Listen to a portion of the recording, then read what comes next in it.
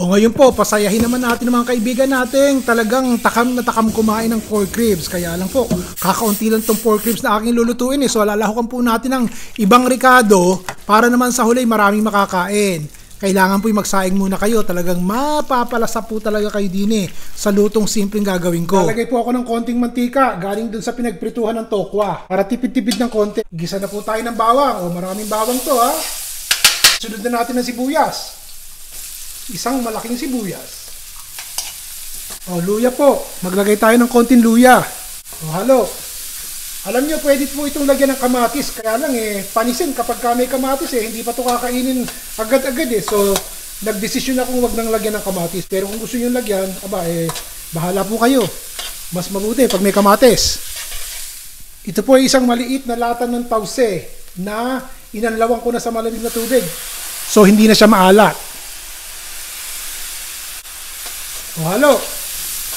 Saan po natin ng isang kutsara? Sesame oil po. O kung meron kayong mga ganito, lagyan nyo ng konti. Pampalasa. Hindi kinakailangan. Tsaka nyo po itataktak ito. Damihan nyo na po ng oyster sauce at sasabawan natin yan Yung kaldo ilalagay natin. Haluin po muna natin yan.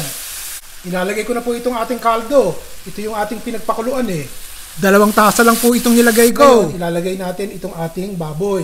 Siyempre po, ipinakita ko na sa inyo, napakuluan na po natin itong 1,000 grams ng pork ribs. O, ilalagay ko na po. Haluin ko ng konti. Maalat na po yung tause, pero lagyan po natin ng konting toyo. Iba rin kasi ang lasa pag may toyo O, tsaka natin haluin ngayon. O, ano po ba? Nag-i-enjoy po ba kayo? Pakilagay ang pangalan nyo, taga saan kahit nang mabulyawan na po kayo. Ilalagay ko na po itong tokwa. Ito pong tokwa, ipinrito ko na bago tayo magsimula. Magka-size po yung tokwa at yung ribs. Ngayon, haluin natin.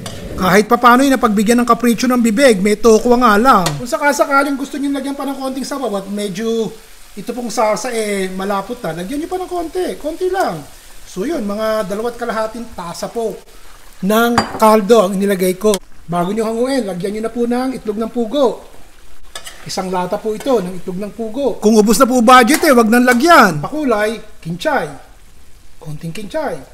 Kung meron po kayong Baguio beans, mainam. Halo ulit. Pag umorder po kayo ni Rez sa restaurant, sa Chinese restaurant, kadalasan naman may kasamang tokwa. Siyempre para tumubo sila. So ganyan din po ang ginawa ko. Hustong-husto naman, may tokwa. Meron po tayong pork ribs at saka may konting kichay at itlog ng pugo. Ayos na po yan. Sa mga kaibigan natin na palaging nagla-like at naglalagay ng magandang comment at nag-share ng mga cooking videos ko sa kanilang wall. Maraming salamat po. Sana po nagugustuhan nyo mga niluluto ko.